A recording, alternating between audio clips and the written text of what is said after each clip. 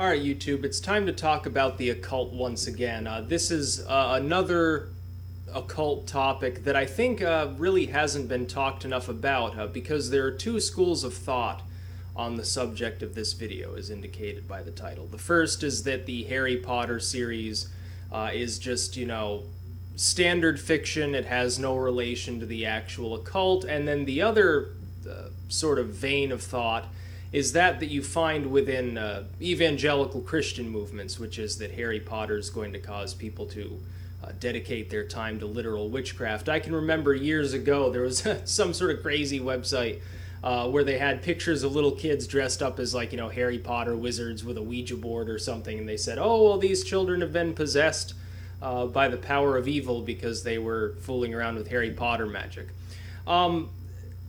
However, even though those same Christians are delusional, and the Harry Potter series at most caused people to, research Wicca or something like that, or maybe certain pagan paths, and really didn't lead them into genuine magic, the Christians are technically correct on one thing. There are references to actual occult phenomena, names, figures, and ideas, and objects as well, within the Harry Potter series. They are there. However, the amusing part is this. This is what really causes me to laugh. The kids and who got into Harry Potter, magic, quote-unquote, and the Christians who demonized it, focused on the cauldrons and the frogs and the general applause for the idea of witchcraft being good, but they did not dig deeper, and if they had, they would have actually seen that there were very real occult references within this work. The most notable example is probably the Philosopher's Stone, the Sorcerer's Stone in the American version. The Philosopher's Stone is an object, a mystical artifact, that was said to be created through various means with alchemy. With the alchemical process involved in making a material pure enough to transmute other metals into gold. You see, this is what the first story in the Harry Potter series revolves around. The Sorcerer's Stone is a centuries-old concept that actually comes from the occult. I have to wonder, actually, while I'm thinking about it, if J.K. Rowling didn't either have some knowledge of the occult or acquire it when she was actually writing these stories. The second example would be the Hand of Glory. The Hand of Glory is not generally known about outside of the circles of dark magic. The Hand of Glory is a sort of a cursed artifact, and the summation of this object in Harry Potter is essentially real, and essentially based on the actual item, and the item is simply a hand that has been specially obtained. I believe it's specifically a thief's hand, obtained under certain conditions, under certain phases of the moon, properly prepared with ritualism involved.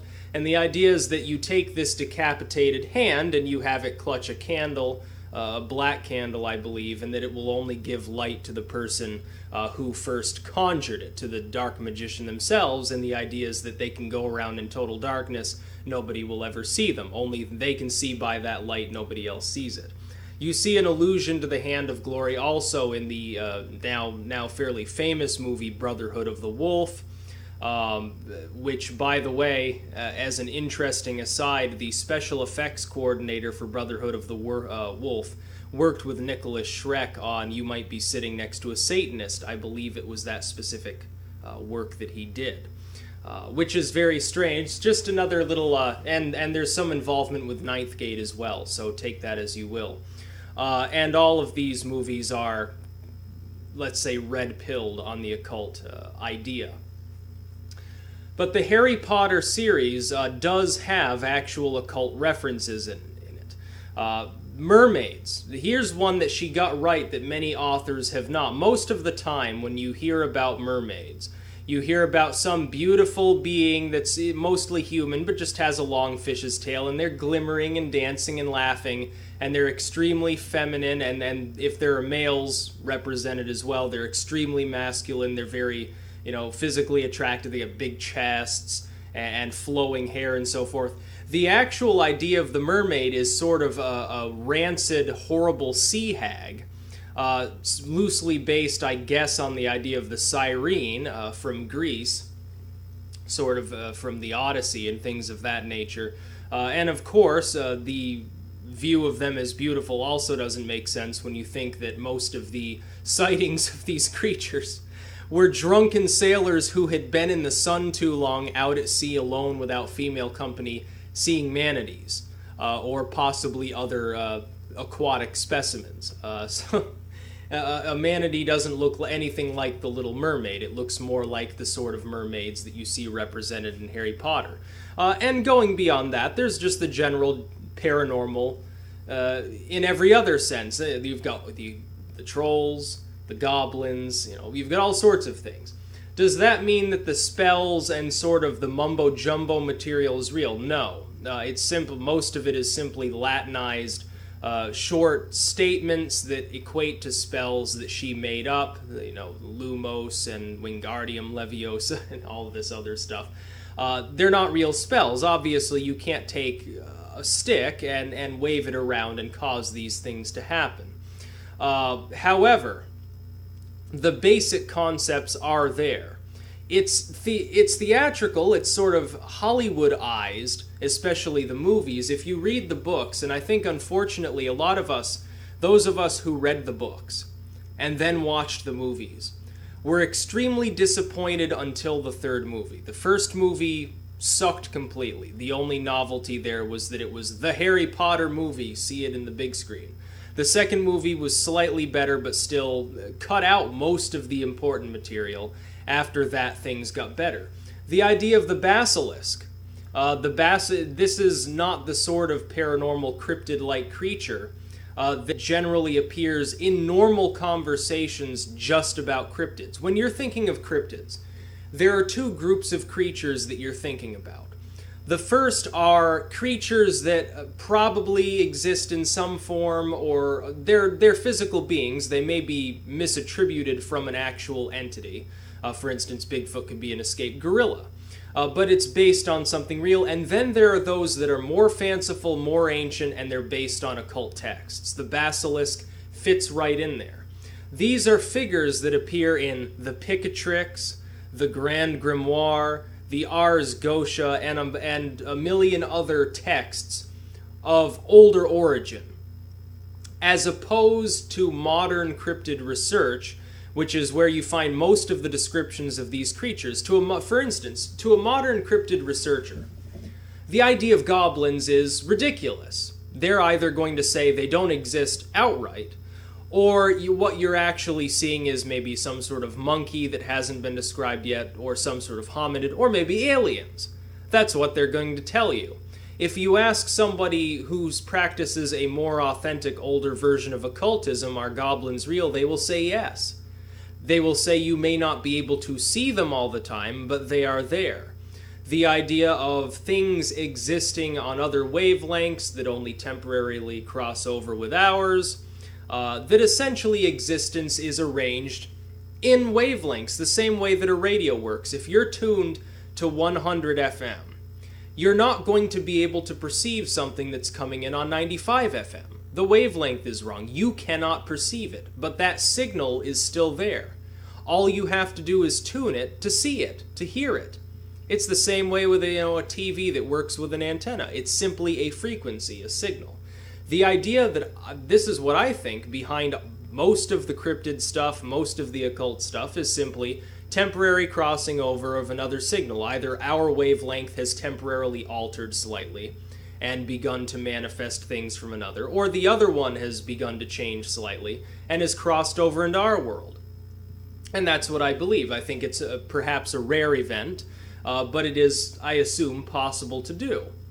And it fits in with, multiverse theory and how many dimensions there are and whatever. But the books, Harry Potter books, a lot of the content in there is either directly from the occult, like the Hand of Glory, like the Sorcerer's Stone, or it references actual occultism, but the names have been changed or the facets have been changed somewhat. Or you're simply looking at fairly well-known lore, the idea of werewolves, all of these different things that they have in the book, and all of these different characters.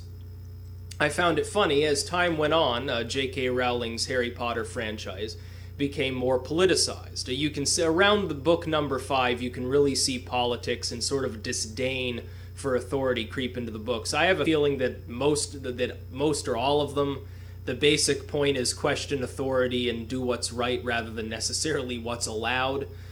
You can see that facet repeated over and over and over again in every book, more and more rapidly as the series winds down. However, the occult takes at least a second row seat in the Harry Potter books. It's not simply complete fantasy. There are actual principles there that are based on genuine ancient occultism. Again, those 3 examples suffice to prove the point. The Philosopher's Stone being basically what the entire first story revolves around. The basilisk, which is quite literally a snake egg hatched under a toad. I mean, a chicken egg hatched under a toad. I think I'm thinking of a cockatrice, actually. Yes, that's a cockatrice. If it's a serpent egg, it becomes a basilisk. They're similar. The methodology is similar, and I believe that goes to the Grand Grimoire as well. That's where the Hand of Glory comes from, if I remember correctly. But it's in there. This is an actual ancient, medieval or Renaissance era grimoire. It does contain this material, and that material is repeated almost exactly as it is in those texts in the Harry Potter franchise. I believe that Rowling did research these topics before making these books, either drawing inspiration or directly drawing figures and names from those texts. I wouldn't be surprised if she has grimoires in her home that she's actually basing part of her writing on. That would also explain in a way why it became so successful. Perhaps she did perform some sort of dark ritualism.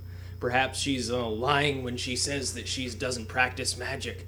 Maybe she really is an anti-Christian person trying to win us all over into witchcraft. Obviously, I'm being sarcastic. I don't actually believe that. But it is interesting to see the actual occult references in her work. Does that mean that I think that people should start trying to practice magic as it is in the Harry Potter universe? No, that would be a very strange spiritual belief. It'd be very, very strange. It also wouldn't work.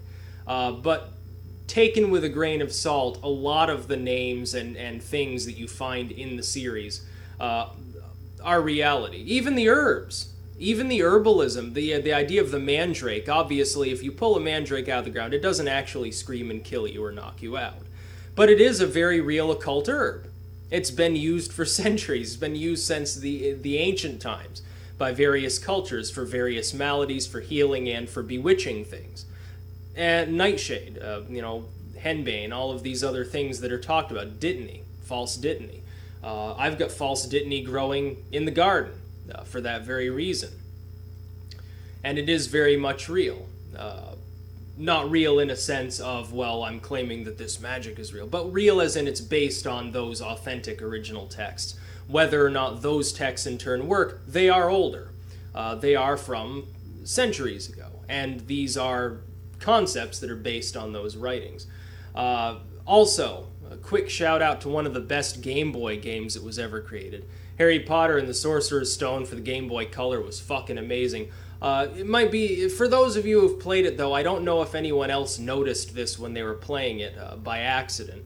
But there was a glitch after you defeated an enemy. If you then used a card combination, you would actually go back into the battle screen. This is totally off topic. I'm just spouting off right now. You would go back into the battle screen, instantly win the battle, and you'd get more experience and money than you did the first time. And you could do this over and over. Eventually it would glitch out, so you had to be careful about how much experience you were getting. But it was a good way to quickly level up, get a huge amount of money, basically buy whatever you wanted. And you could also get special items this way, because eventually you'd start getting, a high quality various armor and so forth from this happening. You would also get more cards from it. So just something interesting, completely out there. I bet people never would have guessed that I was, spending my young years playing fucking Harry Potter and the Sorcerer's Stone on Game Boy Color. I swear to you, though, if I find a good emulator, I'm getting it emulated, because that game was addictive, legitimately. It was far better made than most of the Game Boy Color games that I ever played. So that's out there, but yes, I digress. Yeah, there are real occult concepts in the Harry Potter series. For those of you who might look at these Christians' arguments, just shrug it off and say, well, there's no occultism in there, it's all fake, it's Hollywood magic. Well, mostly, but not quite all the way. There are a few real concepts in there that I think most people, ironically, in the most amusing sense possible, the evangelicals who spent years ranting about Harry Potter completely missed these things. They had no clue that they were in there. All they were focused on was, oh my god, my children, they're going to start worshiping Harry Potter and wearing black robes and conducting black masses. But they never once said anything about the Hand of Glory from the Grand Grimoire. It was